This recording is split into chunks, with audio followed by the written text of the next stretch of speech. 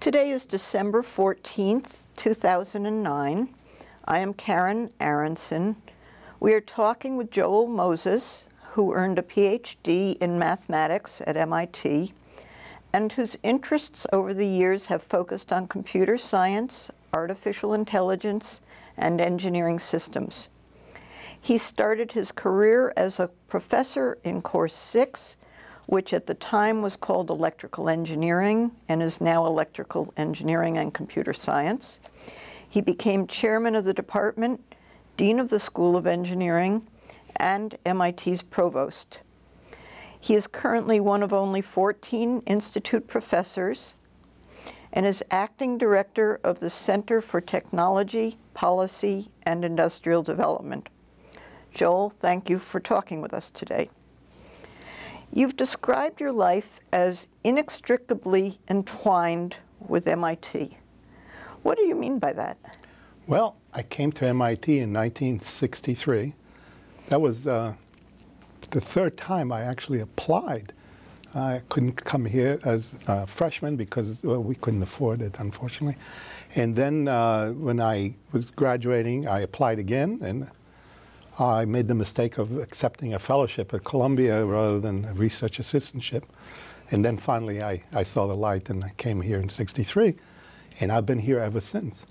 When I applied for faculty positions in '67, about to finish my PhD thesis, one of the department heads said, "Can you break the umbilical cord to MIT?"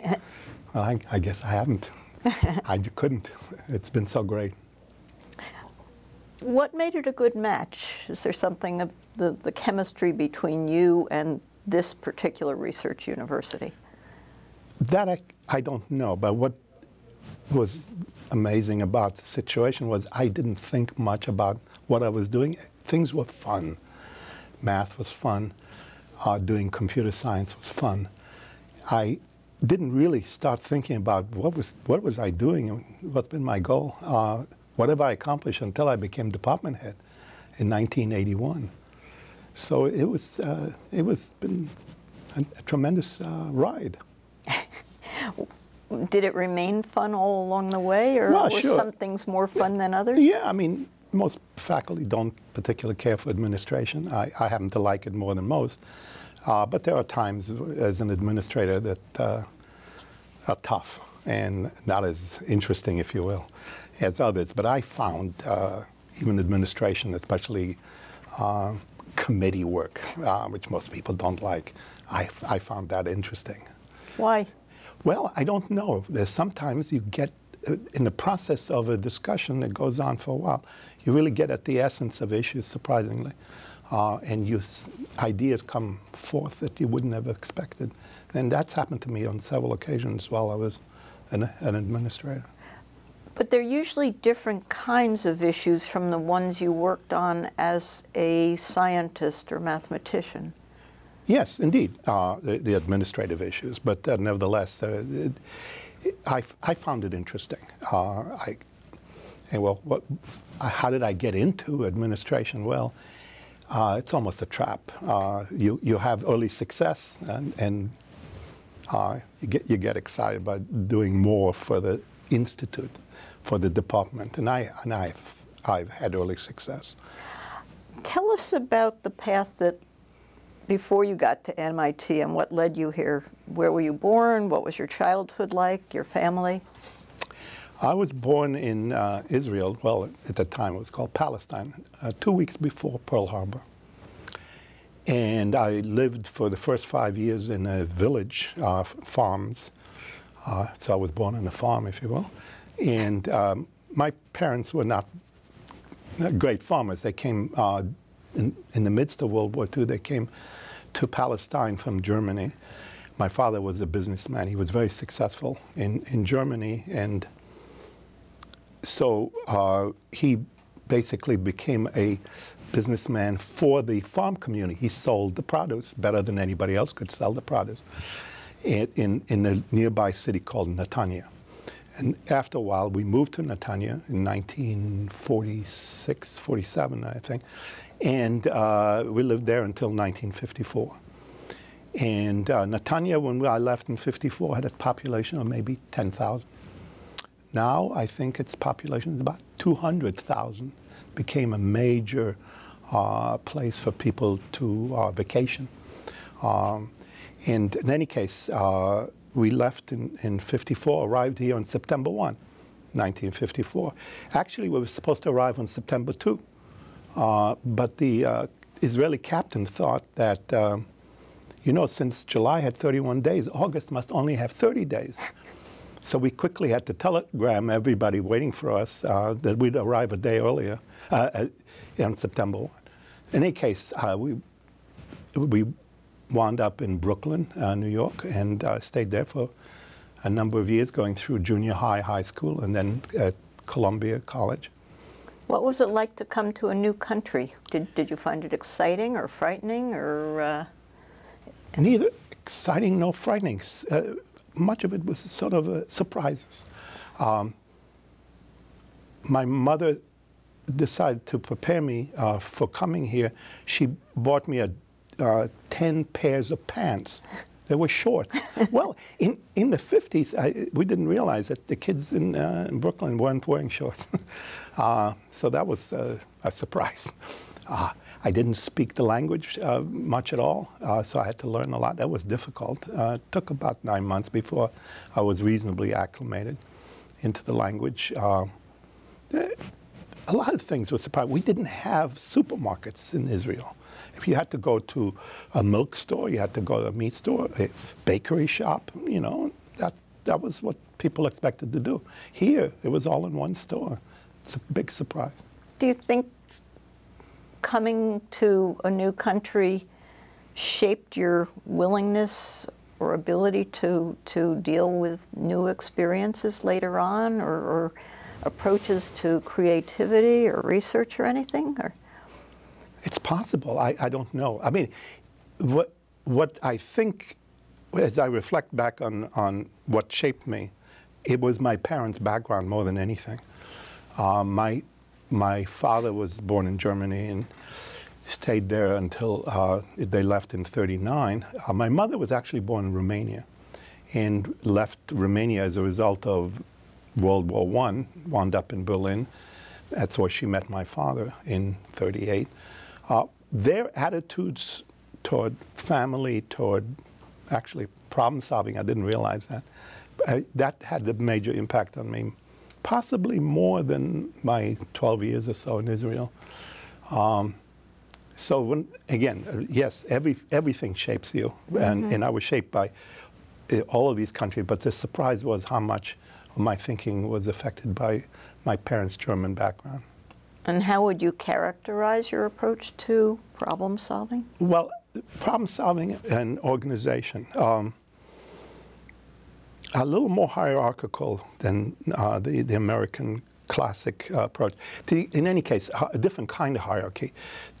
In the 50s and later decades, most American thinkers about organization thought in terms of what you might call a tree-structured hierarchy. Take, you know, where you have a president and vice presidents, et cetera, et cetera. There is more of a, what I call a layered hierarchy in thinking of Germans, and it goes back in some ways to the Middle Ages.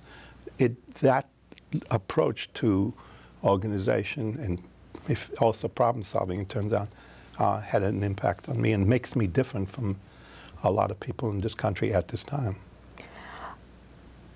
Were you always drawn to science and engineering, or when did you first, as you think back, when did you first recognize that you might be, that you liked these subjects or were good at them? I realized that early on. In the 4th grade, when the teacher had to leave town, they had me grade the papers in the class. Math came easy for me. It was enormous fun. In fact, I was on the math team in my high school. Now, I went to a regular high school. It wasn't one of the exam schools in New York. Stuyvesant, Bronx High School of Science, Brooklyn Tech, or the exam schools. I went to Midwood High School. But in the competition, we beat Bronx High School of Science. It's a real surprise for them, I suspect. It was fun. And we worked at it every lunchtime. In addition to eating lunch, we would solve problems. You and your classmates? Yeah, and the team members, yes. But did you have a faculty member who sat with you at lunch and, yes, and threw problems at you? Aaron Shapiro was the faculty member who was in charge, and I just read about him recently. You know, you get all this information now on the internet. He was treasurer of the American Math Association branch for all of New York, and for many, many years. Oh, he was wonderful. Really great teacher. I had him not only for the math team, but also for calculus later on. Did you think you would become a mathematician at that point? No, because my parents convinced me I was supposed to become a doctor. And why is that? Well, my father's cousin, he was a famous doctor. He was one of the leading doctors at the Hadassah Hospital in Jerusalem. He created the rabbit test for pregnancy, and he became very well known as a result. Certainly in that generation, and young people don't seem to know about that. And then my mother's brother became a doctor. I once asked him, you know, Uncle Sam, that was his name, how did you learn 7 languages? He said, oh, simple. I got thrown out of 6 countries. In the process of leaving Romania, then Germany, during World War II, he wound up in a number of countries. He learned a language in each one, and it added up. So basically, I was supposed to be a doctor. When I went to college, they didn't have a pre-med major, so you had to put down a major. I did what was easy. I put down math. Then next year, I put down math again. And finally, I said, this doesn't make any sense. I'm not ever going to be a doctor. I'll be a math. And then I wound up being a computer scientist. Did the medicine part really attract you at all, Well, I hadn't really thought about much, as it turns out. And nowadays, actually, we do research in my center on healthcare policy. So it's a turnaround, if you will. But math was just too attractive, easy, and computer science was even more attractive and even easier in some ways. So I really went for it. What was your life like as an undergraduate at Columbia? Well, actually, I lived at home. We couldn't really afford for me to live in the dorms.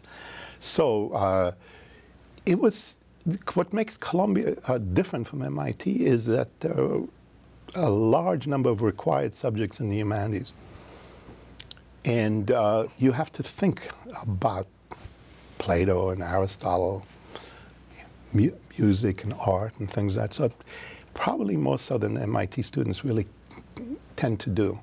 That's the difference that I find between Columbia and MIT. On the other hand, when I came to MIT, I was blown away by the level of work in mathematics and in computer science. It was just much, much higher level than I was used to at Columbia.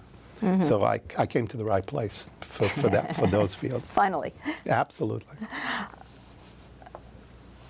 Did you imagine yourself becoming a professor when you were in college? I mean, if medicine wasn't it, did you begin to try to think about what might be your career path? No. It just fell to me. For example, so my last year of doing a thesis, I didn't apply anywhere. I got these calls. How would you like to give a talk at Carnegie Mellon? How would you like to give a talk at Bell Labs? How would you like to give a talk at Stanford? Gee, the head of the department at Cornell called, said, I guess you're not really thinking about us, but if you are, you know, Cornell would be a good place to go. So basically, I gave talks everywhere, but I really didn't think about faculty position much until I was in a corridor one day, and Bob Fano, who was running the lab then, Project Mac, the computer science lab, said to me, you know, I hope you'd stay as a faculty member. Oh, okay. That was it. Interesting.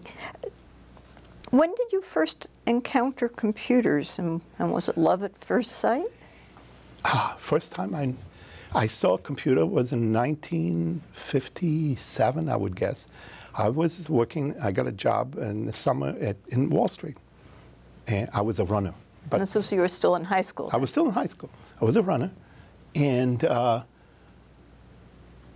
but they gave us a tour of the place, and I saw this big, humongous machine with a huge amount of hot air being blown away, etc. And they told me what it did was it added and multiplied. That's all it did. This humongous machine. And I was fascinated by this idea. Nothing much happened until about 1961 when I was able to take a course in programming. And boy, that was fun. Enormous fun. You were in college back then? Yeah, now I was a third year in college, but it was actually my last year. I graduated a little early. And I guess I did so well, they gave me a job working in the center there, working for IBM on weekends and then during the summer. And that's how I got into it. So I moved from mathematics to computer science just because the one was more fun than the other. And did it strike you at the time that this was a burgeoning field and that maybe you could make your way in it? I don't think so. I wasn't planning in those days. Right. You just went with the flow. You went with what was most interesting. So what happened was I got the idea after after I graduated college and while I was doing my master's, I could combine the mathematics and the computing by using computers to do mathematics. And I read a PhD thesis done here for Marvin Minsky at MIT on a student, Jim Slagle, who did a PhD thesis on doing integration problems in the calculus. I read it and I said, gee, I could do better. I think I should go work at MIT, work for Marvin Minsky, and redo that, building on what Slagle had done. And you were an undergraduate when you were reading this paper? I was an undergraduate when I first heard about it, and then all through my next year, my master's year, I was thinking about how I would go about doing it. As it turns out, I didn't do anything like that, what I'd planned initially. But it was the same topic, integration problems in the calculus. And so for your master's, you were still in the math department at Columbia. Correct. Working on what kind of problem? Well, basically, no problems. You had to do a number of courses, and then at the end of the year, they gave you an examination to see whether you could go on to the PhD or did sufficiently well to get a master's. And the department had saw me in the corridor, and he says, we stopped grading the exam when we decided that you did sufficiently well for a master's because we know you're leaving. So that was the end of that. They knew you were going to MIT at that point. Yes, they knew at May of that year that I was leaving, yeah. When you moved to MIT, though, you stayed in the math department. Correct. Why? Well, the options were going into electrical engineering, which was building up its computer science at that point, or in the math department, which had some computer science, but not much. But since I had degrees in mathematics, I figured I could do the required courses and the examinations in mathematics. If I'd gone to the electrical engineering department, they would have asked questions about electrical engineering, which I wouldn't have been able to answer. So the math department was quite flexible, and it was a great experience because, no matter pretty much what I wanted to do, they let me do it, and I enjoyed myself. Were the professors in the math department aware that you and maybe others were increasingly interested in the computer science field? Did it show, and did they care? Well, Minsky was in the math department for a while. Then he transferred over to electrical engineering, so they obviously knew that. At some point, they appointed Seymour Papert in the math department, so they knew that they needed to build up a little bit. But it didn't become a major issue, as far as I could tell, until the mid-'70s when Ken Hoffman was department head, and he felt that he needed to build up theoretical computer science. And he did so slowly. And now they have a very strong theoretical computer science program, in addition to the theoretical computer science program that we have in the ECS department. So they all work together in our CSAIL laboratory, Computer Science and Artificial Intelligence But in lab. two different departments. But in two different departments, Is that an effective way to go about it? Are there pluses and minuses to doing it that way? It works for us. It really does. So I remember once asking the guy who's currently head of the math department, who's a theoretical computer scientist, I said, why did you go to math instead of ECS? He said, well, when I interviewed in math, the head of the department was so relaxed, he fell over in his chair. And I said, any department where the department head is so relaxed, that's the department I should join.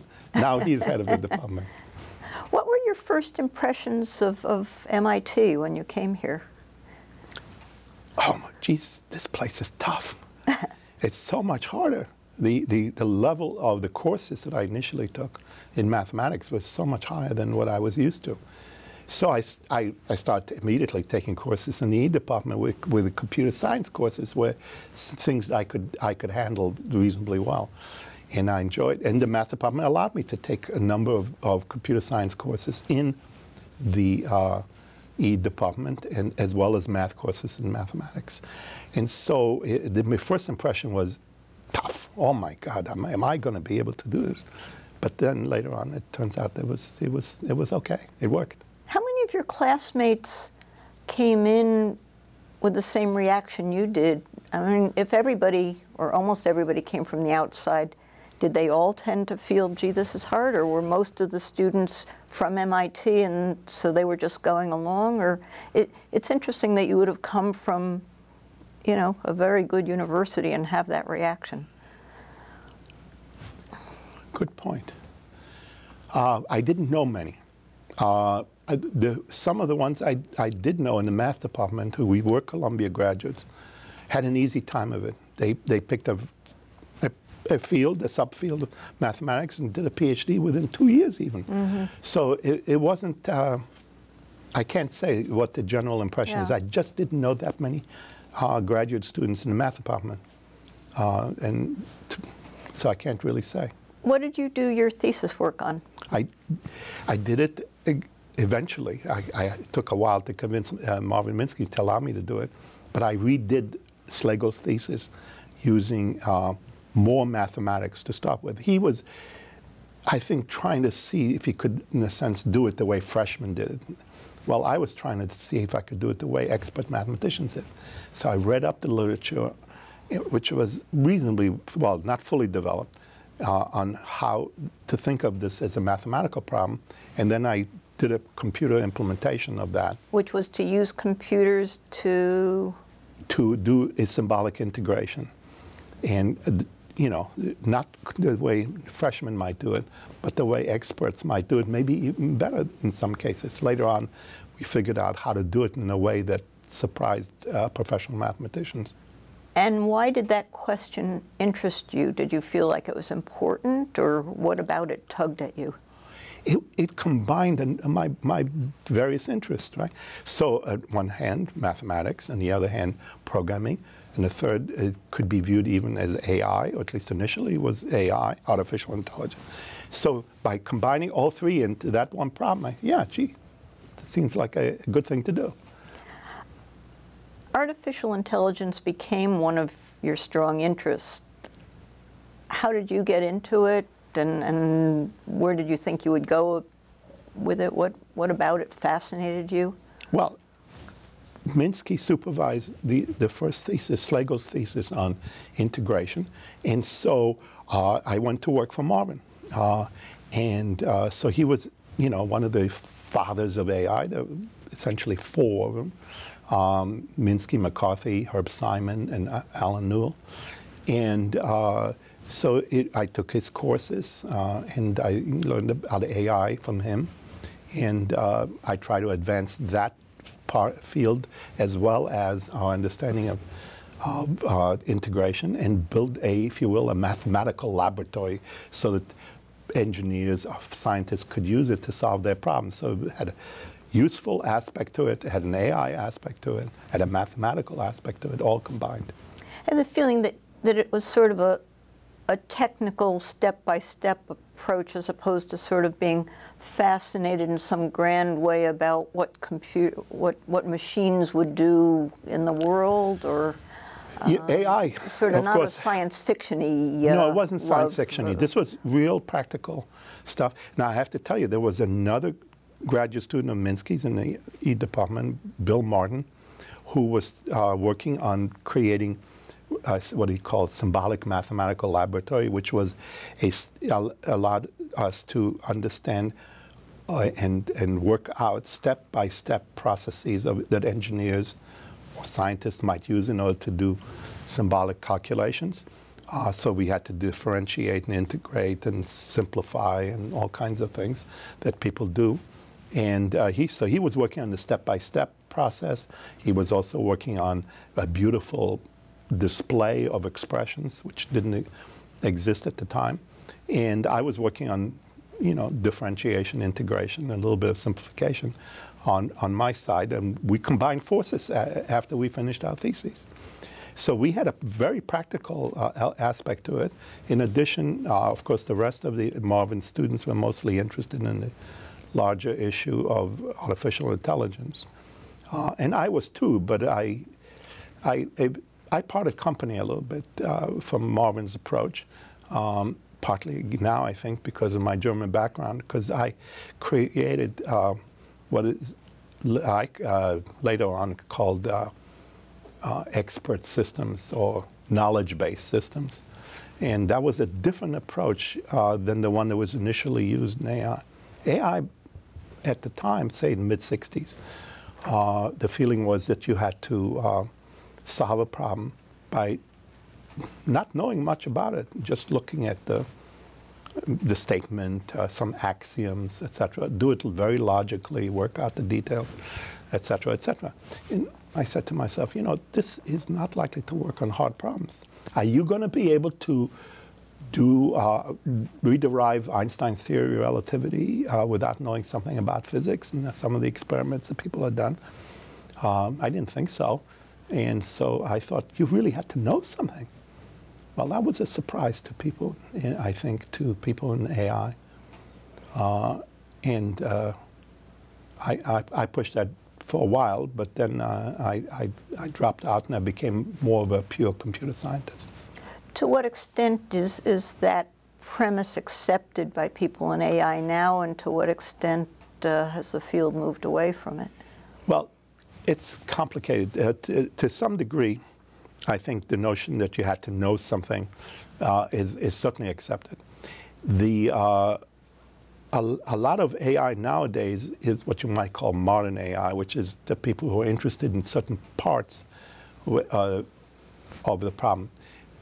Computer vision, robotics, learning theory, speech understanding. These can be combined, but they usually are not. People create rather deep specialties in each one of those areas, and the goal is largely to do very well and be helpful. The goal of trying to understand how the mind works is lost a little bit, and we're now trying to get back to it, I think, by, for example, using some ideas from cognitive science. My own particular pet, which is not necessarily widely followed, is to essentially try to understand what you might call the organization of the brain. How does the brain do it? And then try to see to what extent we can use that to let computers do better in solving problems. Are you still working in this field now? Very little. No. It's not one of my major areas at this point, but I might get back into it. When you first moved to Boston, even before you started class, you worked for a summer at Lincoln Labs. Yes. How did that happen, and what was that experience like? Well, I knew at that point, say in May or June, I knew that I was coming to MIT, and I was looking for a summer job. And lo and behold, I found out, somebody is interviewing today from Lincoln Lab. Oh, gee, I think I know something about Lincoln Lab. So I got on his schedule. I was the absolute last person he saw. And he asked me, what would you do? And I said, well, I know something about the computers you use, something about the problems you're interested in. And he was pleased enough. He recommended me for the job. And so I went to that summer to work at Lincoln. And the supervisor said, well, we're now developing a special machine with word length of 4,096 bits, whereas most word lengths were 36 bits or 32 bits or whatever. This one's huge. What could we do with it in order to do language? Gee. And then he left for the whole summer. And I was left to myself to try to figure out what to make of it. And I basically came up with an analysis of how to use 4,096 bits in searching records, information retrieval, it would be called today, with words in them as well as numbers. And when he came back, he wasn't thrilled. What can I say? He wasn't there all summer. This was during the Vietnam War. It was a time when a lot of critics were protesting against MIT's relationship with Lincoln and the instrumentation lab because so much of their work was for the Defense Department. Did this concern you at all? Were you aware of it? Did you think about it? And no, you're jumping a little bit ahead. Okay. So the major issues related to Vietnam occurred, I think, 68 to 70. Right. And so it's 5 years after I entered MIT, which was fall of 63, or if you will, June of 63. But the summer you worked there, I mean, did it cross your mind? At Lincoln, no. At Lincoln, it did not. Of course, you couldn't help it when you went on campus as time went on, because it was, became such a major national issue as well as a campus issue. So I was somewhat involved in it, eventually largely because of the young lady who became my wife. She was in Northeastern, and she was chosen to represent all the Northeastern students in discussions about what to do about the war, etc. Some of those discussions took place here at MIT. But so I was in, she led me into that situation to some degree. We went to Washington a number of times. If you want to come forward now to the 1980s, I think you were beginning to refer to when you chaired a committee to re-examine MIT's relationship to Lincoln Lab and whether it should be changed. How did that go, and what did you conclude, and did your experience during that 1970 summer affect how you approached it or how you thought about it during the committee work? Well, indeed. Now, one of the department heads, the one who hired me into the EE department, Louis Smolin. And Louis, in the late 80s, he may have been retired at that point. I think he was. But nevertheless, he made a point to question whether MIT ought to continue its relationship with the Lincoln Lab. MIT supervised, if you will, well, not supervised, that's the wrong word, effectively managed, but it didn't in any detail, the operation of Lincoln Lab. And following the situations in the early 70s that we alluded to earlier, Lincoln Lab basically could not go beyond a certain point in developing technology. They couldn't make war fighting equipment as such. That Draper did, and that's why Draper needed to be separated from the Institute. At Lincoln, what had to be done is that the president had to promise, to guarantee, if you will, to the trustees that Lincoln was not building equipment beyond a certain point. So in any case, Louis made a request that we re-examine this. John Deutsch was the provost at the time, and he asked me to chair a committee to look into the relationship. I went, not only went and interviewed people at Lincoln, but I also took a tour around the country. I went to see what things were like at Livermore, Los Alamos, at Johns Hopkins Applied Physics Lab, at Caltech, and decided that, the committee decided basically that not to make a major change in the relationship, but to make sure that there were more faculty involvement in understanding what was going on at Lincoln, and that there was more joint research between the faculty at MIT and the campus and the staff at Lincoln. And all of those things came to be. Let's go back to when you were hired as an assistant professor. So when you were approached in the hallway or whatever, was that essentially an invitation to become an assistant professor as well as a researcher? Or? Yes, it was an invitation to become an assistant professor. Had the department voted on it or I anything? had no idea. Yeah. I had no idea. Things were loosey-goosey in those days. Searches were not national necessarily. I don't know to what extent advertising was used. Basically, men, largely men, made decisions who was good. And they would call their friends in other institutions, major ones like Berkeley, Stanford, and exchange information about who's available and things of that sort. But after getting your degree in Course 18 in math, you ended up as a professor in 6. Yeah, but that was natural. Was because, it? Yes, it was absolutely natural. They didn't ask you if you knew any electrical engineering? No, indeed not. But the computer science was a growing field at the time. Where did the faculty come from? Well, Minsky came from math. Corbateau came from physics. Many of them came, the ones with hardware, came from electrical engineering.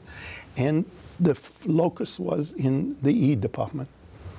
And so the transition, which Minsky already made from math to EE, was natural for someone interested in computer science and AI and computer science theory. Yes, all of those. And so it wasn't a significant transition. Was that fairly typical in other universities too? Or Every was university seemed to be dealing with things in their own way. Probably the most complicated may have been Berkeley, where they had some computer science in the math department, computer science E department, and then they combined faculty at some later point than we did. Let's see, in '67, it was just barely a computer science department at Stanford. Just recently, maybe barely one at Carnegie Mellon. And there were, but it was in the next 10 or 20 years, of course, there was a significant growth in the number of departments of computer science. Now, ECS was an unusual model. Although it didn't become called that for a while, right? It didn't become called that for a while, but having so much computer science within an E department was unusual, and it led to interesting events later on. Which were? Well, in '73, Louis Smallman, the person who hired me, announced that he was going to retire. And there was a move, at that point, we had already hired quite a few computer scientists, Barbara Liskov and Albert Meyer and Jerry Saltzer. And these are the new generation. I was in that generation. And there was a move afoot to split the department into an electrical engineering one and a computer science one. Now, mind you, in the 70s, the president, the provost, the chancellor were all electrical engineers. Wiesner, Walter Rosenbluth, Paul Gray. So the power was, if you will, in the East Side. And I thought that it would be wise to stay as part of the E department because it's such a tremendous history, such great strength, and so powerful. I didn't buy the notion that by splitting you'd gain power, which was the key argument. So I worked against it. And the three of them were predisposed to keeping it together, or did they have any natural? And Paul and Jerry? I didn't talk to them. I didn't realize Walter was in Course 6 also. Oh, yeah. Oh, yeah. I don't know. I didn't talk to them. Because at the time this happened, I was untenured. Right. And so, but it so happened that I got elected chair of a committee that Louis created called the Advisory Committee in the E Department. And I was elected chair. And so now the question is, how do we advise the department head about what we should do about this issue? Yeah. And basically, a number of us thought it would be wise not to split. And I came up with a questionnaire, which I sent to every faculty member. And I said, well, some of us have thought about changing the name of the department. And here are three options: electrical engineering, computer science, electrical and computer science and engineering, electrical engineering and science, or electrical science and engineering, and computer science and engineering. What do you prefer? Well, I don't remember the exact number, but it was around 80% said electrical engineering and computer science. Only one person said, gee, can't we keep the old name?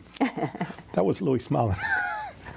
Anyway, so I used that with the visiting committee, these all-powerful visiting committees of trustees and others that MIT has. And it's one of the reasons it's so strong is because of this particular concept. And so we presented the results to the visiting committee. But at that point, we had a new administration in the department. Bill Davenport was chair, Corbateau, Penfield were the associate chairs. And they took that suggestion forward. And but within a year or so, the name was changed, electrical engineering and computer science. And as a result, I think the discussion about breaking it up had pretty much died. Because you were giving fuller recognition to the computer science part of it? Correct. And did you know that when you put that survey out? I mean, Absolutely. Had you thought that through? Yeah, oh, absolutely. So this was a political move in a sense? It was a tricky political move. Your first one? No. No? No. That was the one that some people remember. Is that, do you think, the beginning of your path toward administration? No, what happened there was the advisory committee was created in 71, maybe. Maybe 72, well, let's say 71. And it elected its own chairman. It was Michael DeTuzos, who later became, for many, many years, head of our laboratory for computer science. And Michael called me one day. I was in Michigan giving a talk, and he said, I'd like you to chair a committee.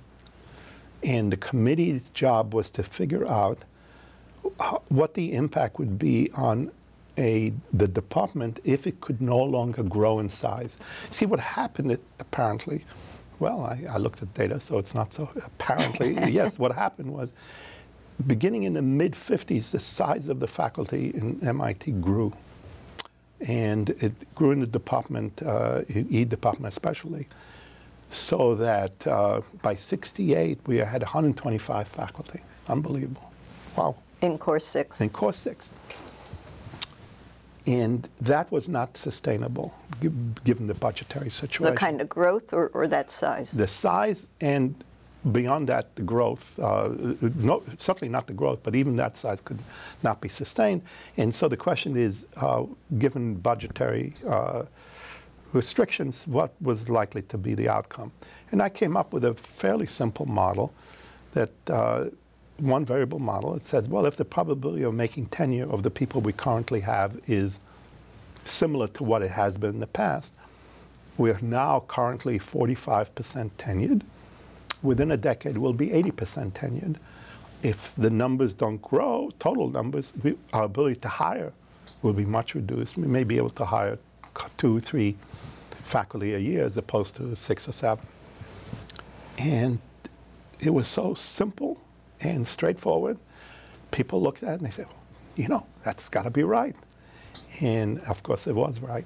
It came to be, and the dean of engineering, I think, sent it around apparently, the institute, and people, you know, knew who I was all of a sudden, and you know, gee, it was fun. Another fun thing to do. So I became a creature in some ways of that committee, the advisory committee to Louis Smolin. We not only made suggestions about the name of the department, of whether it should split or not, we made suggestions about what the required core courses in EECS should be.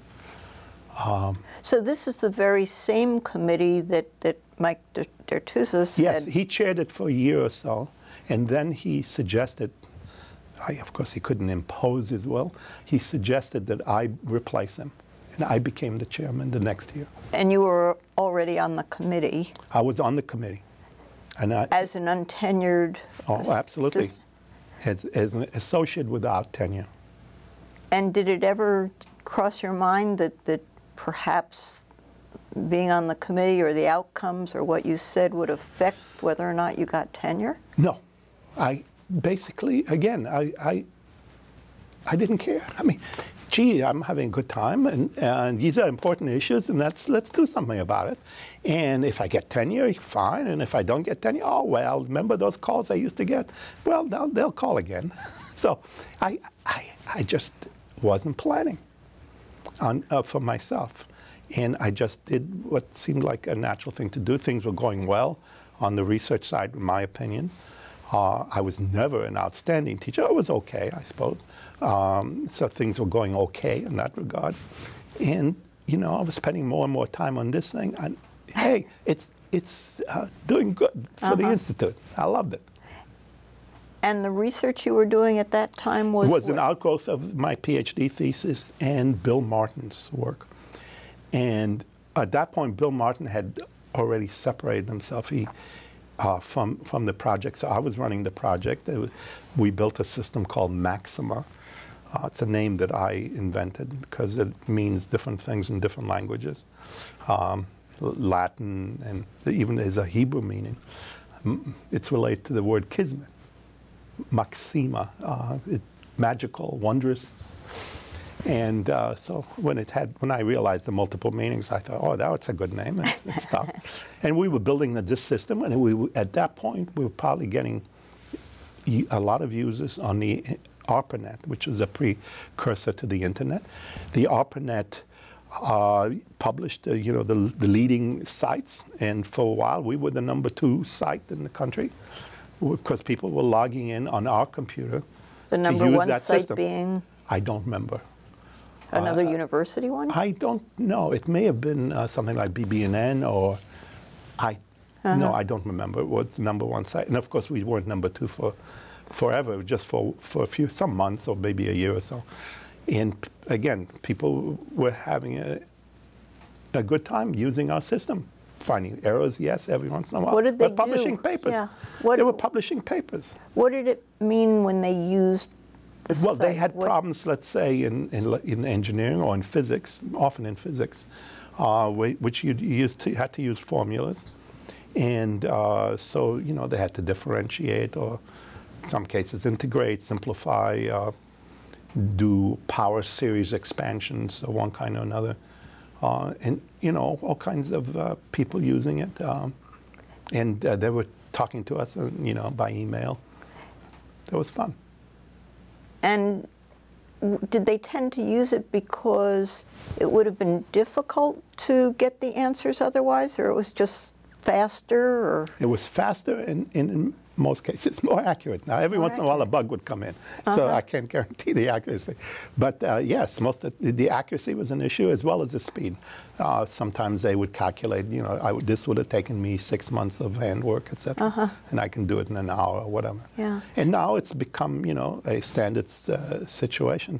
In the field, you have systems that millions of people use, the outgrowth of what we did in Maxima. I think systems like Mathematica. Now a Maple. calculating calculator, a sophisticated calculator can do some of that, or no? Yes, yes, for a long time. But back then? TI's calculators were able to do some of that. But again, the large systems, again, our growth of work we did in the late 60s and the 70s. And besides the committee work and then this research, what was it like to be a young professor at MIT at that time? Oh, yeah, a good question. I mean, teaching, of course, was another issue. How much did you teach? I had taught a subject a term. You know, Only it's like one? everybody else. Yeah. In the School of Engineering, in the School of Engineering, the tendency was one subject a term. I now found out, later on, I found out that it wasn't true everywhere. So, for example, in mathematics, they teach three subjects a year, one in one term, two in another. In humanities, they teach 4 subjects a year. And I didn't know that at the time. I thought everybody taught just one subject. And an undergraduate subject one term and a graduate subject another term. So that's what I was teaching. And the undergraduate subjects were a lot of fun because, especially if you could get freshmen in the first term, because they hadn't yet been inculcated into the MIT system. And they were still quite excited about what they're learning. And they weren't later on? Even by second semester, they were already into the issue. Let's see, what's the minimum I need to do to get an A or to do well in this course? That was less so in the first term, especially before Thanksgiving. Something happened around Thanksgiving. But the key is that the older students had a lot of influence on the attitudes of the freshmen, and that's how it was. It still is. Did the existence of pass-fail affect attitudes at all that you were aware of? I was there in the transition. Pass-fail came to be, I think, around 1960. I started in '67, so my first semester of fresh was well before pass-fail. It may even have been 1970 or so. It may have, I'm not sure exactly. '68 is when I think Walter asked Amar Bose to chair a committee looking into either pass-fail or IAP, and I forget which. But those two issues came out in the late '60s, and so I don't know enough about what happened before. The change that occurred because I only taught for 1 year that could, or maybe 2, before pass-fail came to be.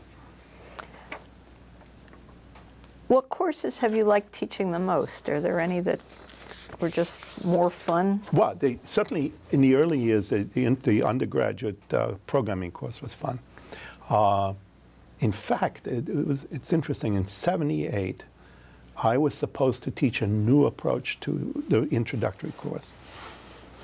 And I was, and Hal Abelson and I were going to develop this course. And then it turns out I became an associate department head, and I wasn't teaching. And Abelson then changed to Jerry Sussman, and they developed this remarkable course, 6001, which stayed, they taught it for what? 25 years or whatever. It was one of the most popular courses in MIT. And 6001 is essentially an introduction to programming using a Lisp-like language. Lisp being the fundamental language used in AI, and Sussman in the mid-'70s figured out how to fix a technical problem with Lisp and created a language called Scheme. And that's a story in itself. How did it get to be called Scheme? But in any case, it was extremely popular and much better than anything I could have been involved in. So I'm glad that I got out in time. So it was actually about 14 years before you were pulled into administration. I mean, it sounds like you were doing a lot of committee work. Yeah, it was actually, it was 11 years. I guess before you became department head. Yes, I was associate department head. So the associate department head in that context was basically a full-time position. At least I made it pretty much a full-time position. And I was in charge of all the computer science faculty, of whom there 30 to 40, I forget the exact number at that time. And that's a sizable department in itself. And so Dick Adler was the associate on the east side, and Jerry Wilson was the department head. And he was pretty amazing what he got done in those 3 years before he became Dean of Engineering. And what did he get done in those 3 years? Well, he started a lot of things, some of which I was able to finish. What the key issue was the department's move into VLSI, very large-scale integration. So because it's an EE and CS department, the EE side could deal with the, if you will, the hardware part of chip making, and the CS side could deal with the design part of chip making, and they could combine forces readily. It's a tremendous argument for maintaining an E and CS department. We were looking for such argument. VLSI was it. Minor thing is we got Jerry Wiesner to get some money for us to buy some computers. We really didn't have educational computers worth of beans. And he did it. That's he great. didn't tell you to go build them. He didn't tell us to go. He made some calls. And he got, I don't know, $1 million or so, which obviously was worth a lot more. These were from where, digital equipment? Yeah, or? largely DEC. Yeah, largely DEC. We got a big machine from DEC, and we got a computer center. We had to build to put it in with air conditioning equipment and all that. All of that happened. That was a minor thing. Then he started a number of things. The department was going to have its 100th anniversary of electrical engineering. Not the department, the institute was going to have the 100th anniversary of electrical engineering education. It started in the physics department in 1882. And in 1982 would be 100 years. And in preparing for that, we did a history of the department, and we hired a writer to work with one of our older faculty members, and that book came to be. Gee, I'm forgetting one or two major things that he did. Yeah. Oh yeah, the EG&G building. The department used to meet in what is called the Bush Room on the main corridor. Well, the Alumni Association moved in there, and they kicked us out. Well, there wasn't any room where we could meet regularly.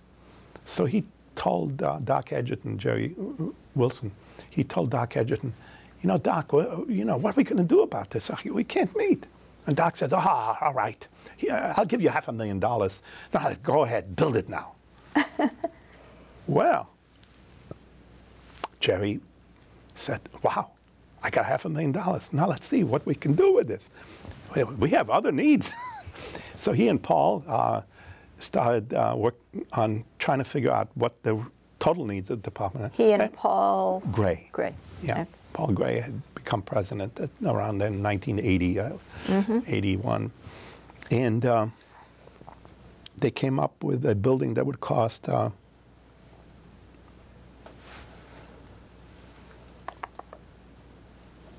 million, not $500,000, $4 million. It would have 5 floors. No, 4 floors. 4 floors. The top floor would be the meeting room, a floor of classrooms, and then a big lecture room. And Paul went to try to raise the money. First, he got Doc Edgerton to go, all right, I'll give you $1.5 million. Then he went to Edgerton's partner, Germershausen, and Germershausen said, all right, I'll match Doc. So now you have $3 million. And then finally he went to Greer, and Greer had, in his lifetime, apparently had only given around $50K to MIT. So he was hoping he'll get something, maybe more, but not much more. And Greer said, all right, I'll match them. So now he had $4.5 million.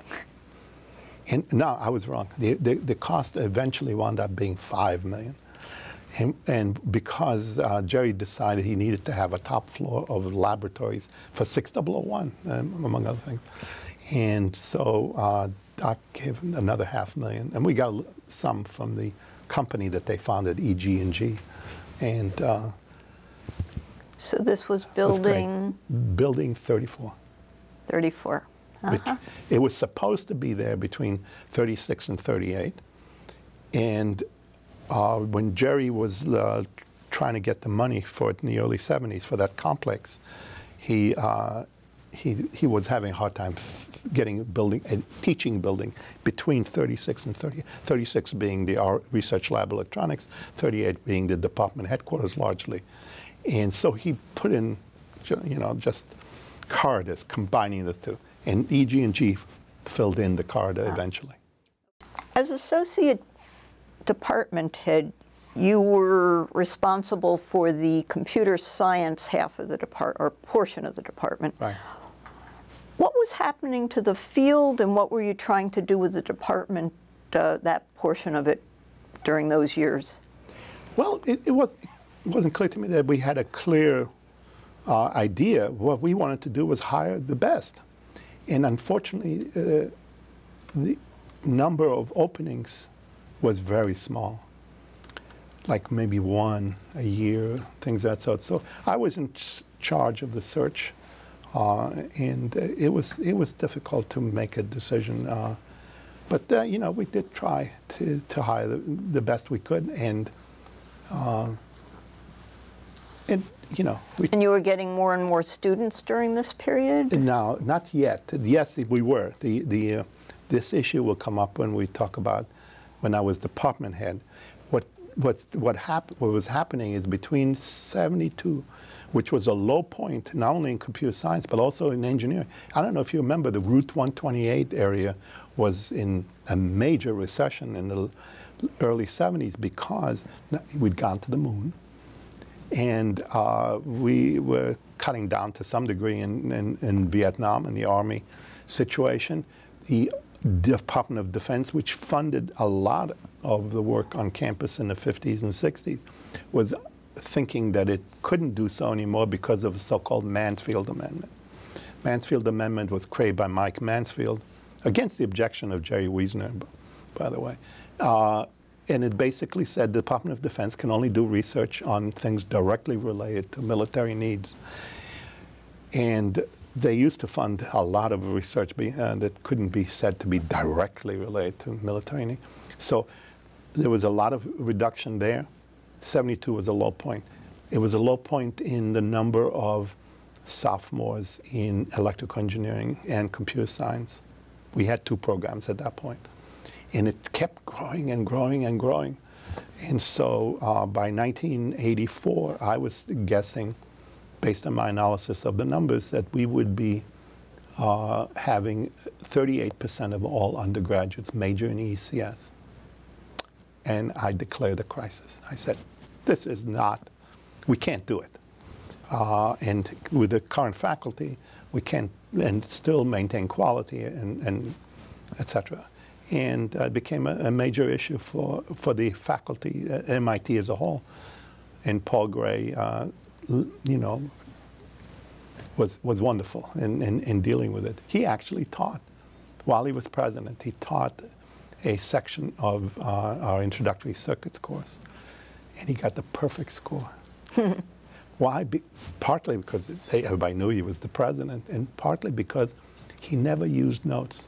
The kids were absolutely thrilled by having someone who really knew the material cold, never having to use notes. And so how did he and you solve this, or so how did it resolve there was a motion itself? on the faculty floor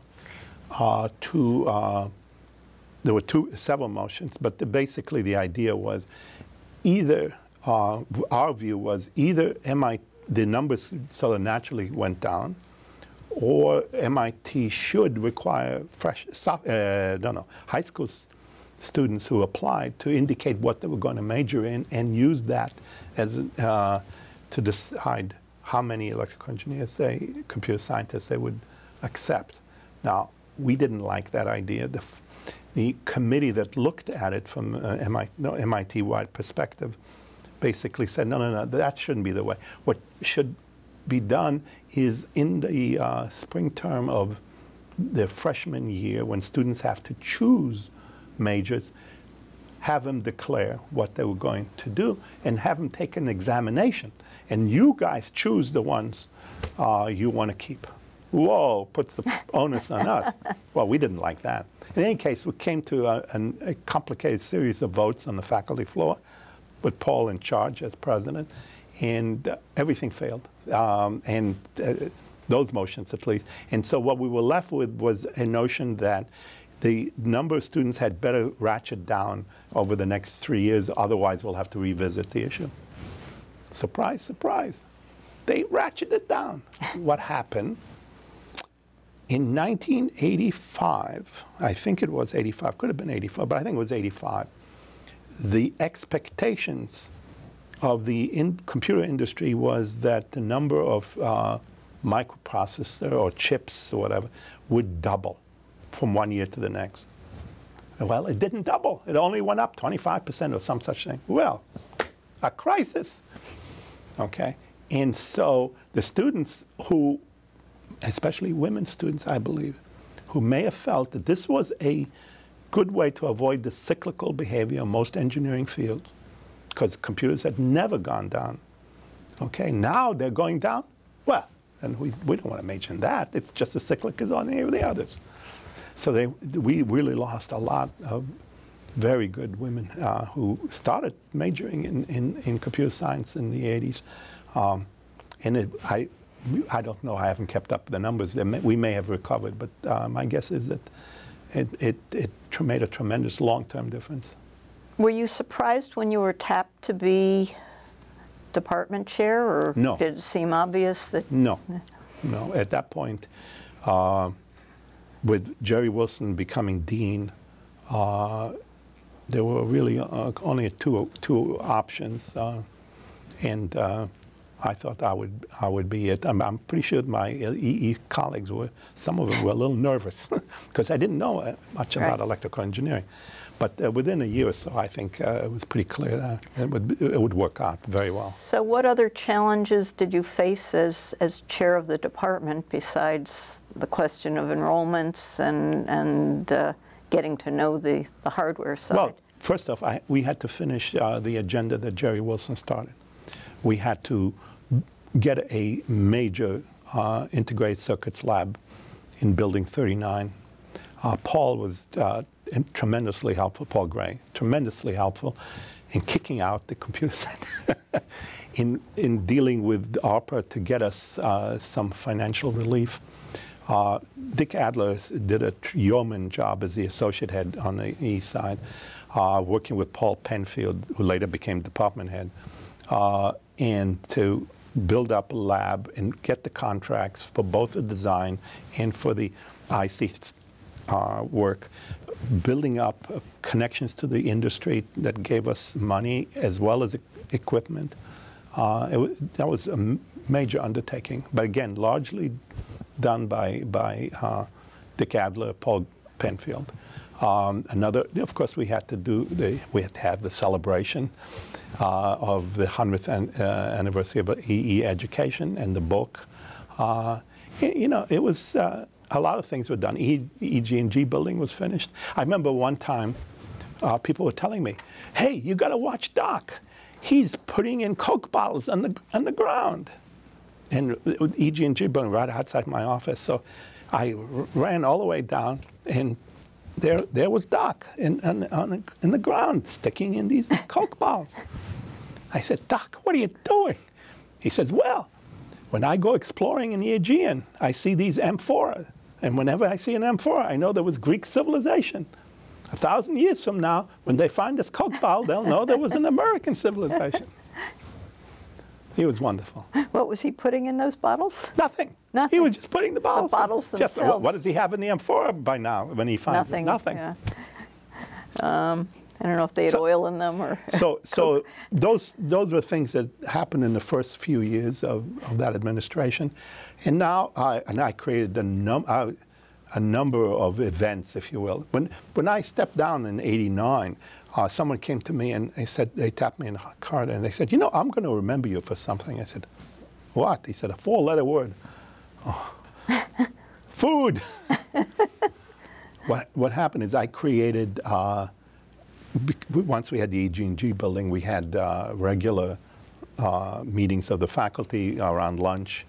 I created a dinner for the faculty and spouses just before registration day in the second term, the spring term. That was a great event. This is within your department? Within the department, yeah. So we would have 100 or so people at the January event usually, and people would come to these lunches and find out what's going on in the department. There was one time people tend not to forget when I talked about a new hire we made. We tried to get this guy when he was graduating from Stanford in integrated circuits, and he said, "I'm going to go to Japan. I'm going to learn how they do things." Now he was ready to leave Japan, so we made him an offer. And I told the faculty that I wrote him a letter, and his name is, well, you'll see, Jesus del Alamo is his name. So I said, "Dear Jesus, please come back to the promised land," signed Moses. And people laughed so hard. I didn't have the heart to tell him that I didn't actually sign the letter. And so, those were some of the things I did for the department. Then I broadened a little bit, and I did some things for the Institute. Even while you were still department head? Yeah, and we're now talking about right after the relief on the enrollment side. I basically had the notion that what we ought to do is build collegiality at MIT.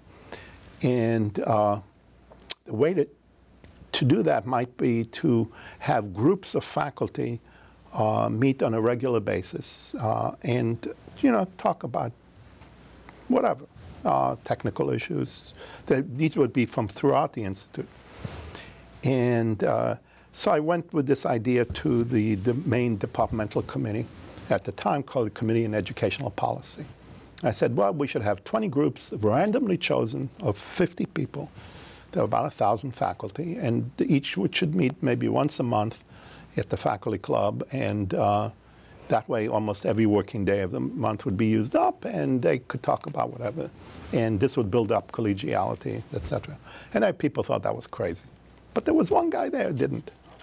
He was the associate provost at the time. His name is Jay Kaiser. And Jay said, "Oh, okay, I'll try it. I'll do one."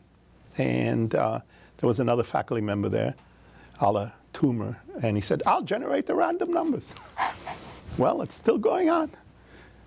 It's variously called the random faculty dinners or the Kaiser dinners, and Toomer still generates the random numbers so that you could choose people to attend them. And it's been a tremendous success. Do you go to most of them or any of them? No, he invites me maybe once a year, once every other year. Then he shames me by pointing out my role in all of this. He has made it work, not me. It's all Jay. He's so wonderful at doing that. And then at the same time, I created a couple of other things. One is now called by Jay, of all the people, the Moses Seminar. And that's been going on for 25 years. Did you start that when you were chair of the department? Absolutely. Really? Yeah, at the same time. And what was the thinking behind that? The thinking is that we should have a group of relatively chosen group of faculty, but not changing all that much, from every school at MIT, at least initially. And we would talk about technical issues that we were interested in. That other people were interested in and willing to discuss with us. And we've been doing that for 25 years. It's been quite successful. And is there really interest across all 5 schools in the same technical issues? There isn't. And for different talks, we get different people coming. But, by now we know who the core group is that would essentially come for a wide variety of talks. And besides that, I mean, if Jonathan Gruber were to talk about healthcare policy, everybody would be interested. Was he one of your recent speakers? A year or so ago. You had Hy Minsky on. Minsky was on artificial intelligence. On AI. Chomsky on linguistics. That was probably the best attended one we had. Weinberg on cancer. I mean, it just goes on and on. It's been a tremendously exciting undertaking. So do you get lots of people saying, I want to come to your group? We don't advertise the group that much, and so that we avoid that issue. But what happens is that if you give a talk, then you get invited from that point on. So that was another, in addition to that, there was another thing that happened in '85.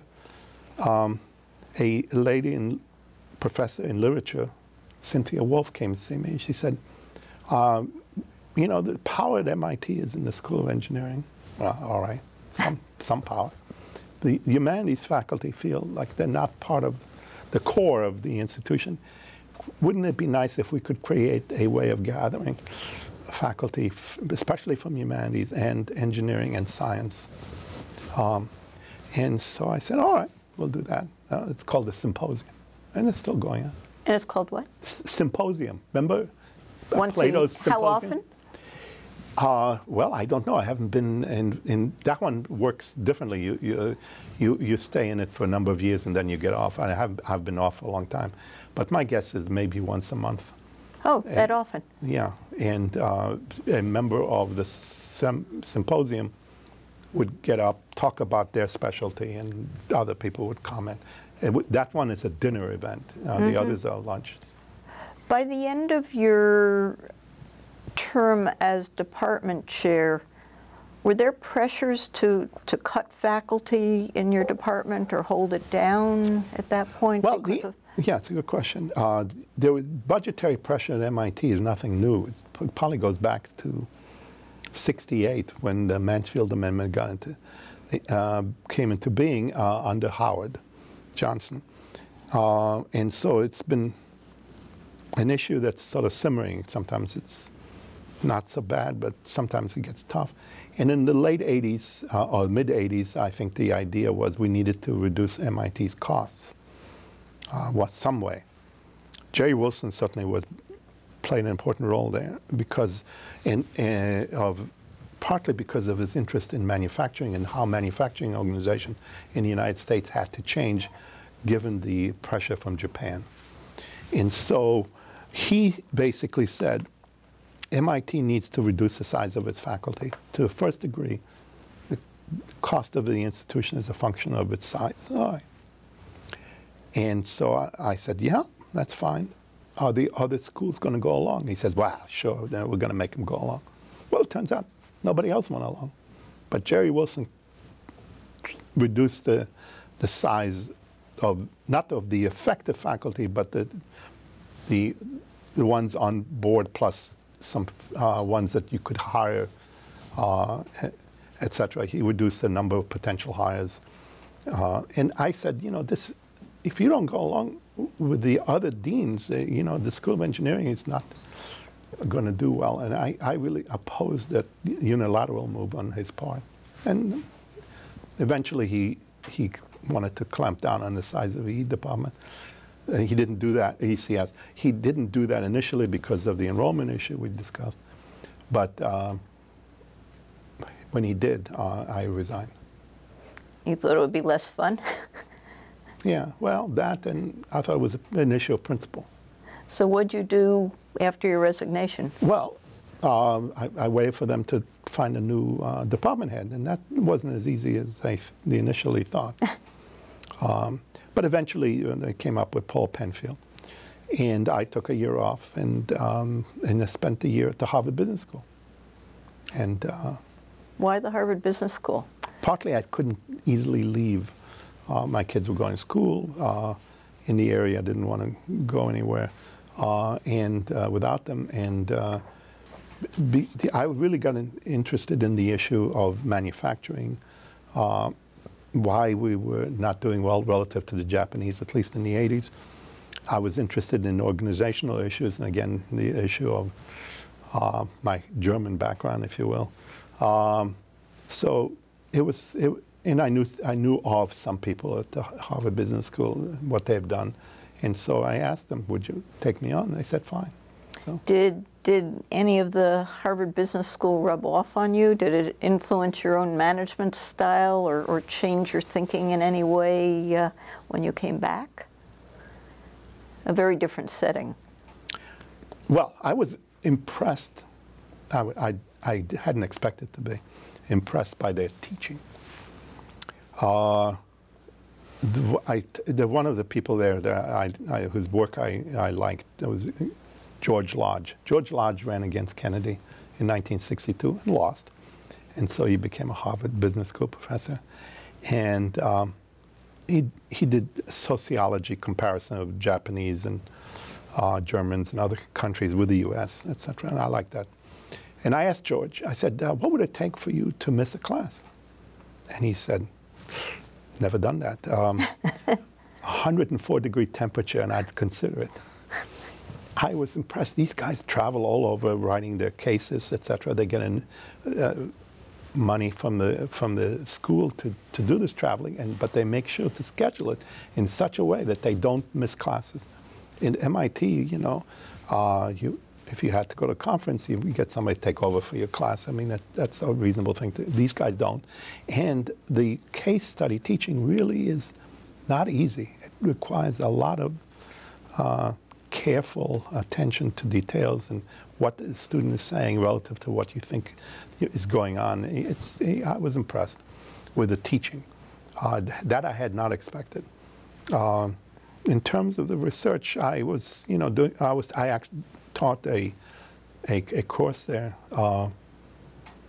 I was less impressed by them.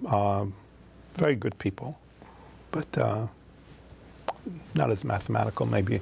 Oh, not quite like my style. When you stepped down as chair, did you think about whether that was the end of your administrative career? Yeah, I figured as much, yeah. But then Jerry stepped down about a year later, Jerry Wilson, and they were looking for somebody, and I interviewed. I told my wife, nah, it's never going to happen. Why do you think that? I don't know.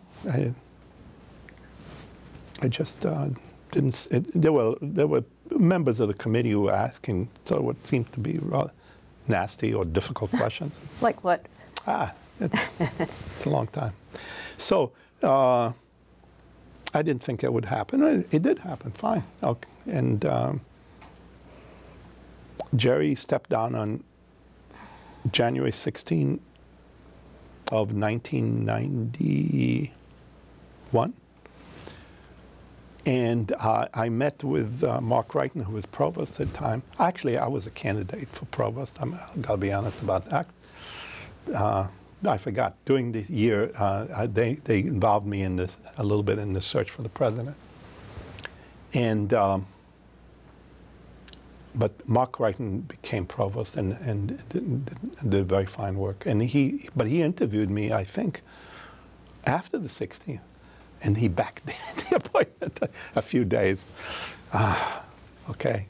So there was no time lost, if you will, for having a dean. Did you and he know each other very much? Not much. He was from chemistry? Chemistry, right? Yes. I think people knew of me as department head because of the crisis on the enrollment that we discussed. So I think you know, that's mostly what people knew about me at the time. Maybe they knew other things, but so how much? What were the challenges on the table, or the problems for dean? For the dean. Well,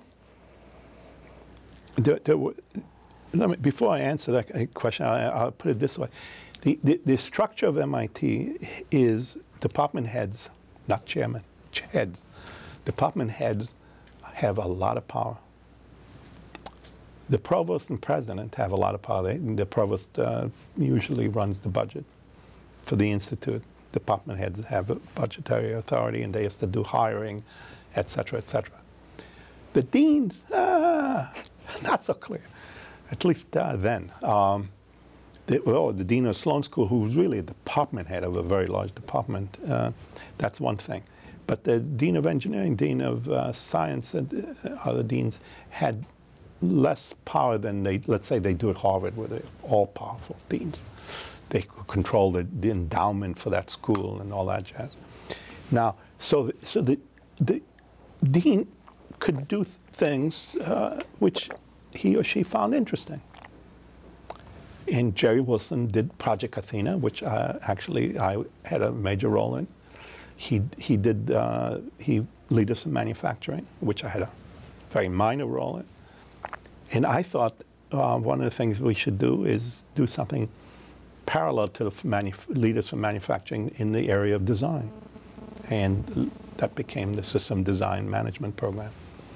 So as dean, you can do interesting, useful things, partly because the standard issues of dealing with the faculty are not as big as a dean as they are for department head, or the financial issues are not as big as they are for a provost. So I had fun. I had enormous fun as dean. Did you? Absolutely.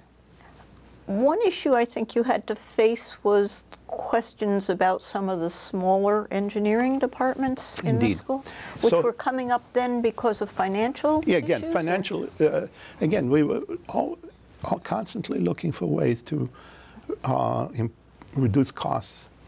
And if you ask yourself which department in the School of Engineering,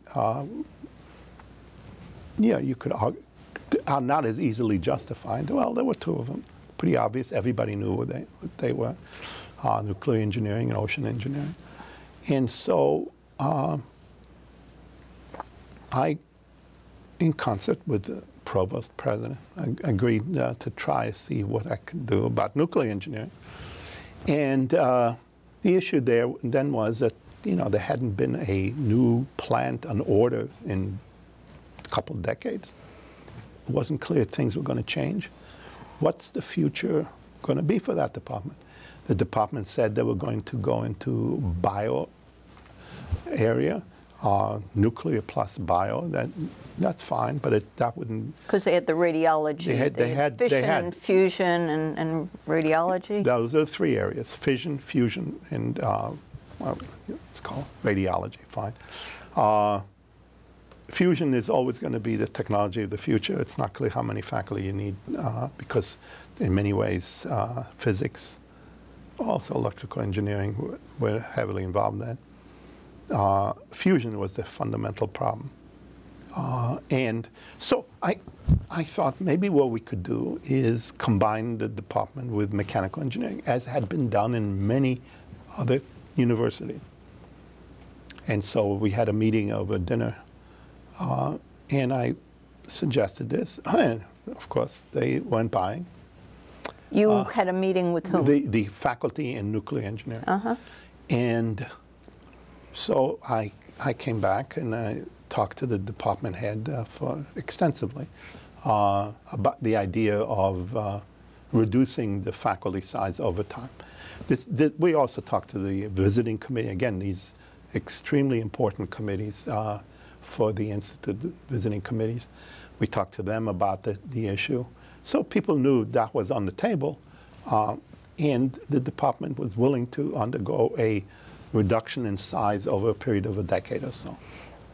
And having gotten that through, the ocean engineers came forward and said, okay, that we will take a similar deal, a reduction in the size of ocean engineering over a period of a decade or so.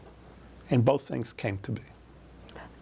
And the plan was to reduce them out of existence, or just to bring down costs bring down costs by reducing the size of the faculty from, let's say, 20 each to, I don't remember the exact number, let's say 10, 12 to 14 or something. Would those have been efficient administrative units once they got that small, or was that sort of begging the question? No, that's a good question. Nuclear engineering managed to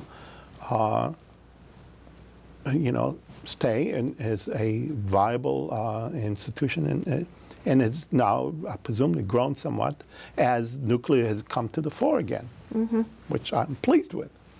Ocean engineering which is a unusual department because it's not clear in terms of foundation what they have foundational issues from mechanical engineering. They have foundational issues from electrical engineering. They get it from all over. It's a rather different sort of department. In any case, they eventually agreed to be combined with mechanical engineering. And so one of the associate heads in mechanical engineering is an ocean engineer at this point in time. Did you also look at issues of how engineering students, undergraduates, should be educated and the balance of what they were taking? At some point you were involved with that. Yes, I was. What Jerry Wilson started was the notion of a long-range plan, a five-year plan. The first one in maybe 82 or 83 led to Project Athena. The second one led to a notion called large-scale systems, which you'll probably get to in a minute. And I started one when I became dean, maybe in 92 or ended in 93, and wrote a report called Engineering with a Big E. Where did I get that idea? Well, Leaders of Manufacturing viewed itself as manufacturing with a big M, i.e. meaning it goes across manufacturing into design and other aspects of the firm, a manufacturing firm. And I wanted to indicate engineering with a big E is broader than just engineering. It involves the social sciences, it involves management and things of that sort. So how did that come to be? Well, when you think about the major change in engineering education in the 20th century, one of them was the effect of World War II, which led to the engineering science movement. Gordon Brown was head of the EE department in the 50s, and he played an important role in creation of engineering science. The idea being that they learned in World War II, especially here at MIT at the Rad Lab, they learned that physicists, scientists, generally are better at fundamentals and more flexible as a result in being able to deal with new kinds of problems than engineers who were taught from the books of the 30s, if you will. And so they wanted a more fundamental approach, which emphasized more math, more science, but something had to give. Well, what gave, I suspect, was largely emphasis on design, emphasis on management.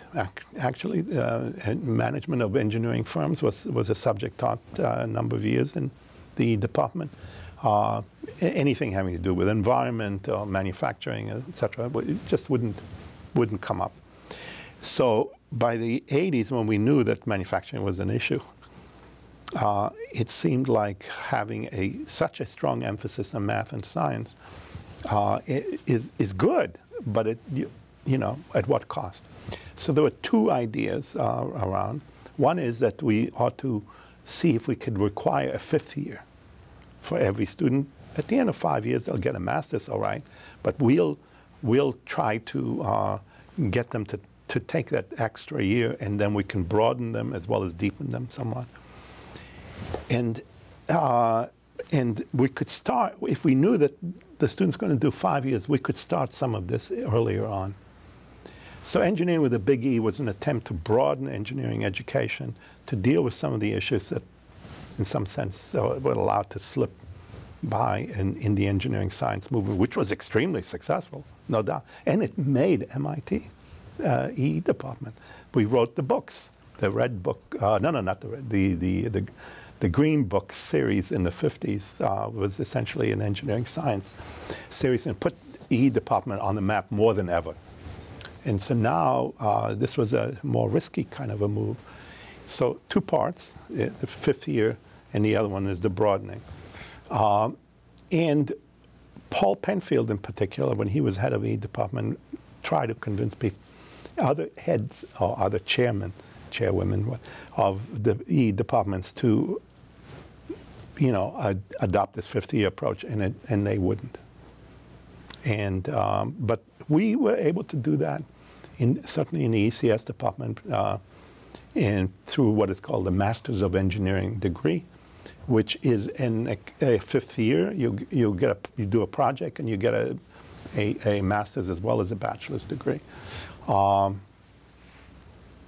The idea for a key idea for that came in one of these committee meetings in the mid-'80s, when someone pointed out that the students who were in our co-op program, 6A so-called, were relatively successful, having done a bachelor's and a master's in 5 years.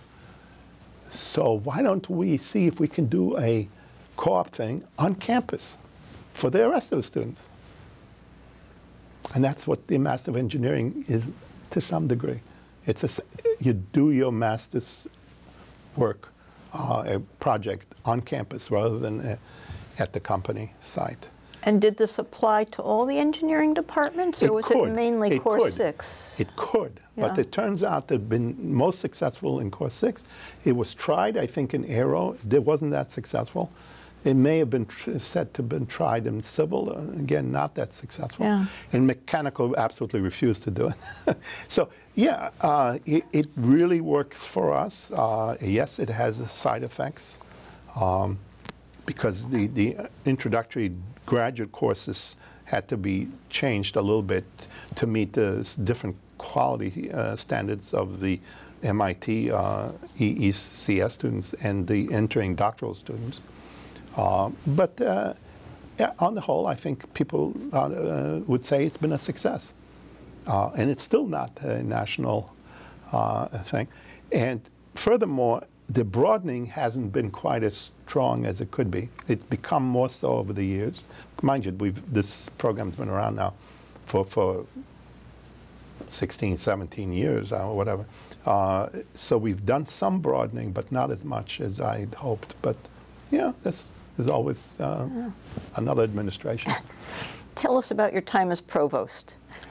Well, it's, things happen all the time. How did you? The big issue while Mark Reichner was provost was what would be the effect of RA and TA. Now let me explain a little bit of what happened in the early '80s.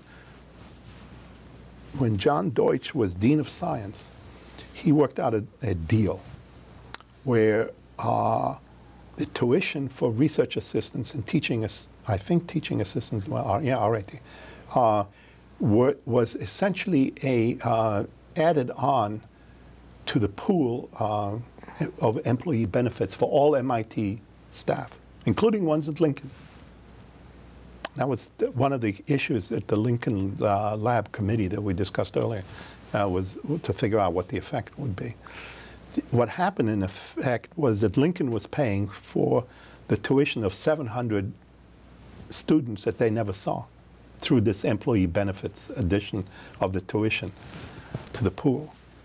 And we had a very high EB pool, EB rate, and so did other universities. There were Stanford, Caltech, Columbia, and Johns Hopkins that come to mind. There's other institutions that did a similar thing. And then the accountants working for HHS said, we don't like this because some institutions can do it. And of course, they were never HHS dominant institutions. They're always Office of Naval Research, ONR dominant institution. Our HHS institutions can't do this. This is Health and Human Services in Washington, D.C. In Washington, D.C. They said, our institution can't do it, and we'd like to have a standard approach all universities should follow. Now, we argued, counter-argued, and said, do you realize that the federal government as a whole does better under this scheme than it does under the standard HHS scheme? No, we don't care. And the reason is, why would a provost agree to do something when it costs them more? The answer is because it reduced the cost of a research assistantship to our faculty significantly. and therefore, to make them happy, he was willing to pay. So you some. lost that, and then Well, the move was. And the institute had to pick up. The institute cost. had to pick up the cost because there's so many people who are directly paid by the provost, if you will, staff who are not RAs, TAs, or researchers, and so. There was this proposal to eliminate this inequity, they might call it. Okay, and so Mark created a committee chaired by Bob Weinberg. It had the Dean of Science, the Dean of Engineering, Dean of Haas, a number of others. And we tried to figure out what the impact would be on cost of research. And we said, oh my God, it's going to cost so much more for research institutions. We'd lose out completely. All the students would go to other institutions. And so we had the provost had to kick in some money in order to keep the amount low, in particular pay a significant And part so of when the you tuition. became provost, financials were one of the big issues. Yeah, but before we get to that, at the last few months of Mark's administration, he came up with an arrangement which he said would essentially work out so that the institutes would not be as affected by, and the bottom line, the institute wouldn't be so heavily affected by the changeover, which would occur 3 years hence. Right. Well, when I became provost, I looked at that issue once again, and my conclusion was that that wasn't going to work very well, that the base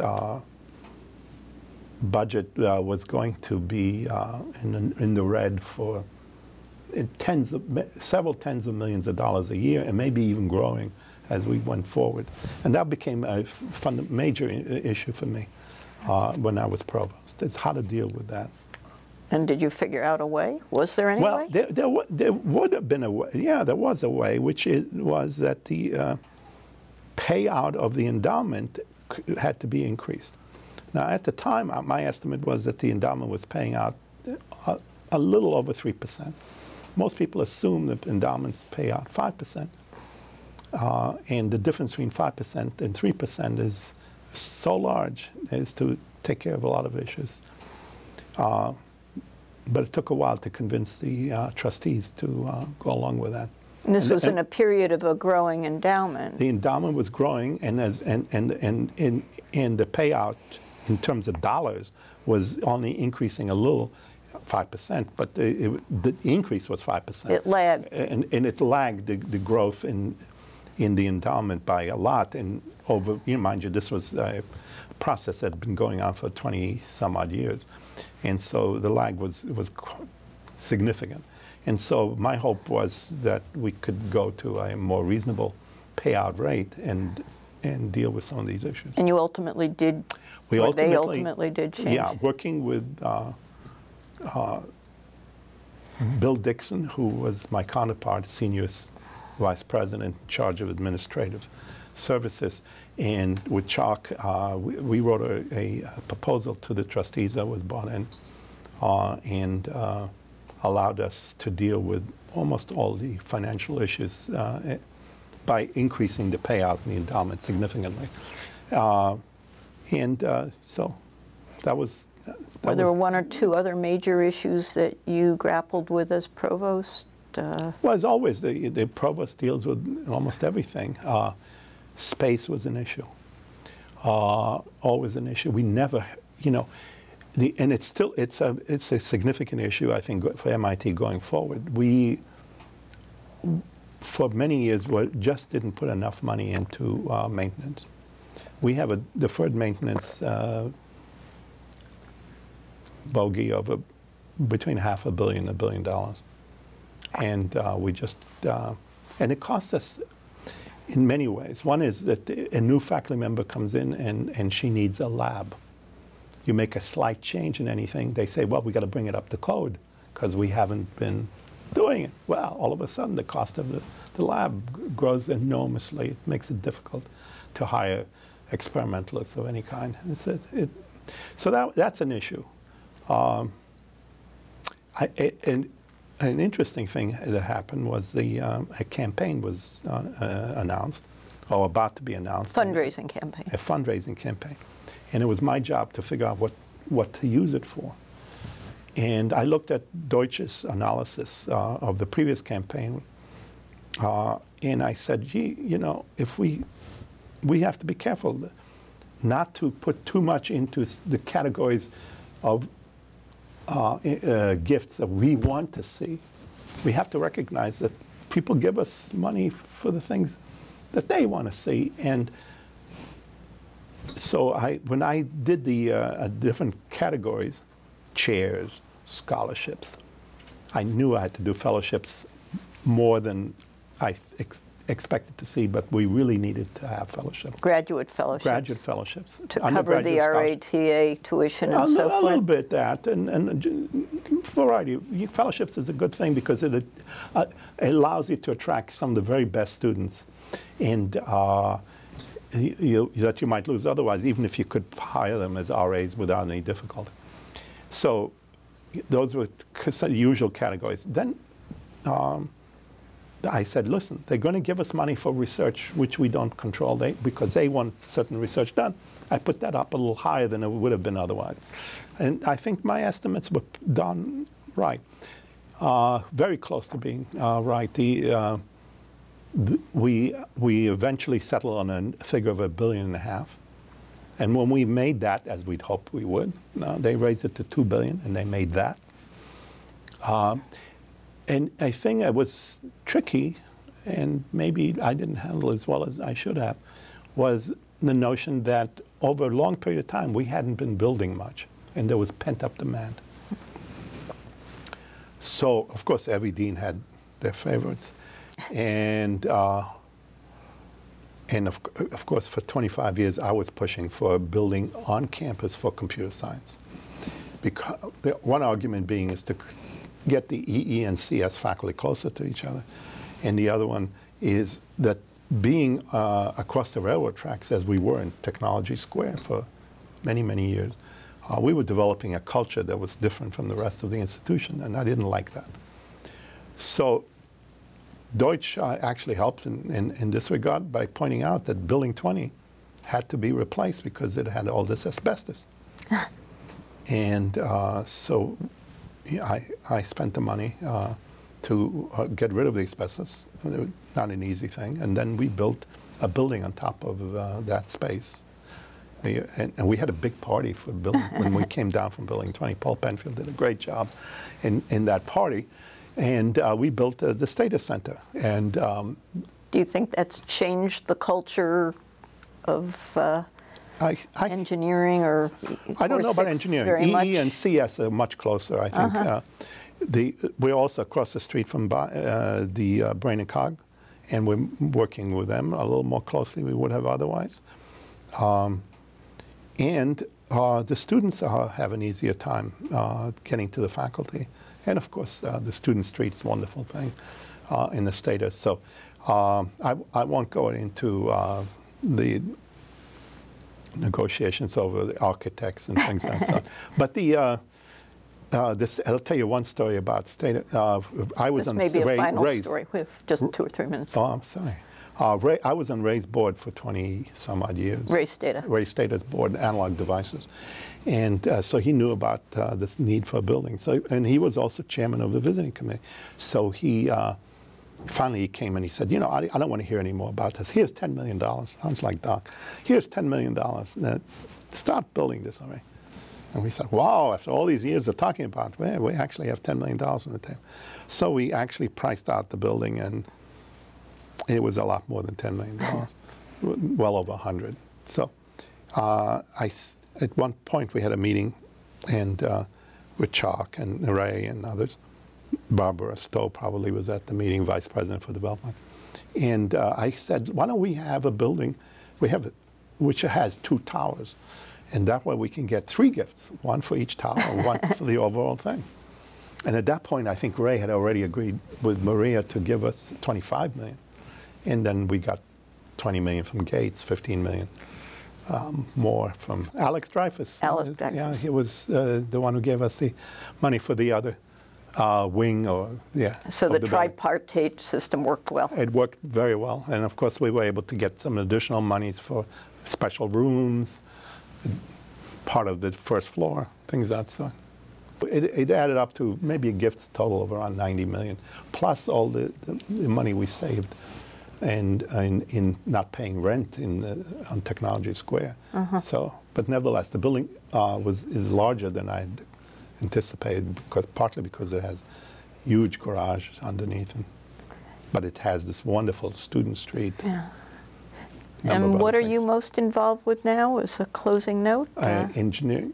You're back to... Yeah, so systems engineering is an attempt that crosses the School of Engineering, has about 50 faculty, a dozen of them from the Sloan School, and from many, all but one or two of the engineering departments, thinking about issues like complexity and energy, but from a slightly different perspective than the energy initiative. And we have a lot of research support in other countries, Portugal, Abu Dhabi, Colombia. This is the system design. It's design is one issue, but there's more operations, all kinds of stuff. Was this ESD or is this ESD, Engineering Systems Division? And the Center for Technology Policy and Industrial Development is a sort of a research arm of ESD. It is the first order. Okay, so it's CTPID has been around for longer. Before ESD has been around for a decade or so, but the other one has been around for 20-some-odd years. And is there a particular problem that's engaging your mind at the moment? Well, the three things that I'm particularly interested in: foundational issues in systems, in engineering systems, complexity, flexibility, robustness. Those are foundational issues. Healthcare policy, and dealing with infrastructure, roads, of course, the internet, the electric power, seeing what the relationship is between them and how to avoid getting into serious issues with adversaries or just simply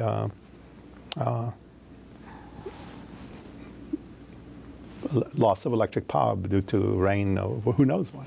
So it's a fascinating set of subject, much broader than what most faculty here tend to do. Involves us with social scientists more than ever and business school faculty. So if you were going to graduate school now, what would you study? Yeah, I'd study that. Yeah, of course, the alternative is biology. Everybody said biology. Okay, so let me not say biology. But I think I'd study systems. It is the set of issues which the world faces more and more all the time. Thank you very much for chatting with us today. Good luck with solving those problems. Right. We'll all be better off. I hope so. Thank you.